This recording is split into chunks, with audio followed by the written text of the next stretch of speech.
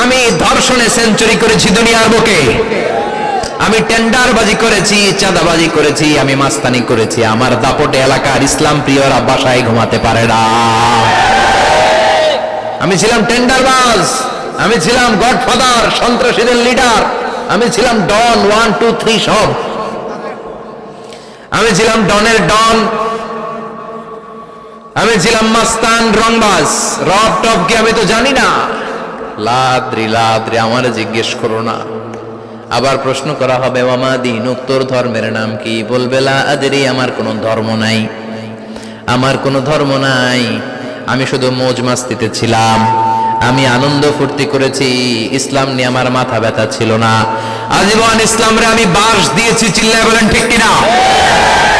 ইসলাম বিরোধীদের সাথে ছিল আমার চলাফেরা, আমার সব সাঙ্গপাঙ্গ ছিল গুন্ডা বদমাশ ইসলাম বিরোধী।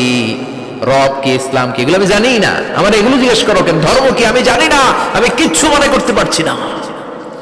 3 নাম্বার প্রশ্ন করা হবে আচ্ছা আরিফ হাদার রাজুল, দেখো তো এই লোকটারে চিনো কিনা? কয় না, চিনি না, তবে মনে হয় এই লোকটারে দুনিয়ার বুকে আমি গালি দিতাম, এই লোকটার বিরোধিতা করতাম, ব্লগের মধ্যে এই লোকটার ব্যাপারে কুৎসা রটনা করতাম, এই লোকটার কার্টুন বানিয়ে আমি হিংসা ছড়িয়ে দিতাম, এই লোকটার ব্যাপারে আমি এলাকার মধ্যে অপপ্রচার চালাতাম।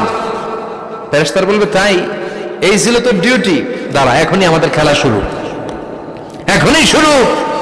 ফায়ুতরাকু বিমাতারিক মিন হাদিদ, লোহার একটা হাতুড়ি দিয়ে মাথা থেকে পা পর্যন্ত পিটানো হবে, পিটিয়ে ওর গোশতের হাড্ডিগুলোকে থেতলে ফেলা হবে।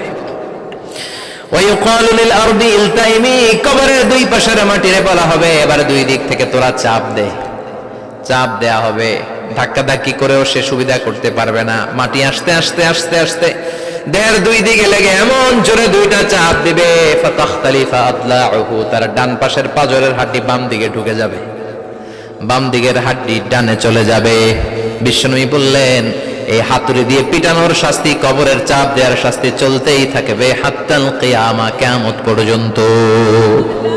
আল্লাহ কবরের শাস্তি থেকে আমাদের বাঁচাও। আমরা এই আযাব পেতে চাই না, আমরা যেন ঠিকভাবে কবরের 4টা প্রশ্নের উত্তর করে দিয়ে লম্বা ঘুম দিতে পারি। আল্লাহ তুমি তৌফিক দাও। এজন্য আল্লাহ বললেন গোলাম দুনিয়া নিয়ে পাগল হয়ে থেকো না, এই দুনিয়ার জীবন আসল জীবন নয়, আসল জীবন হলো কবরের জীবন। জোরে বলেন ঠিক কিনা?